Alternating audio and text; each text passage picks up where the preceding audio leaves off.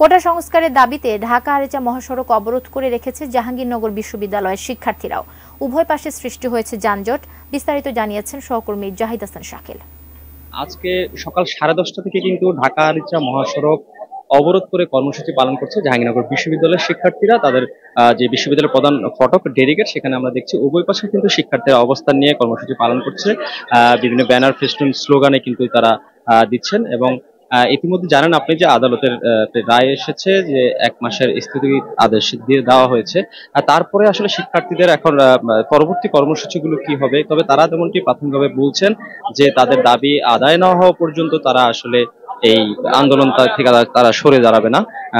এর আগে তারা আদালতের রায় পাওয়ার পরে কিন্তু সেই কথাটি তারা আমাদের সাথে বলছেন। আর আগে দেখছি কর্মসূচির অংশ হিসেবে বিভিন্ন কবিতা আবৃত্তি সহ পথনাটক তারা করছেন এবং তাদের যে যৌক্তিক দাবি তারা তুলে ধরে বারবারই বলছেন যে এটি সম্পূর্ণ একটি সিদ্ধান্ত না আসা পর্যন্ত আসলে তারা রাজপথ ছাড়বেন না, এবং তারা বিভিন্ন কর্মসূচির মধ্য দিয়ে তাদের এই দাবি বাস্তবায়নের চেষ্টা করবে। আমরা চাই সংসদে কোটা সংস্কার করে যে এখানে সুবিধা বঞ্চিত আছে, তারপরে অনগ্রসর জনগোষ্ঠী আছে, প্রতিবন্ধীরা আছেন, তারপর মুক্তিযোদ্ধা এবং তাদের সন্তান পর্যন্ত, এই যে একটি জাতিগোষ্ঠী, এদের মধ্যে যৌক্তিকভাবে যতটুকু প্রয়োজন তার সেটা ঠিক করে এর মধ্যে সর্বোচ্চ 5% রেখে তারপর একটি আইন সংসদ থেকে পাশ করতে হবে। নির্বাহী বিভাগ এই কাজটি করবেন।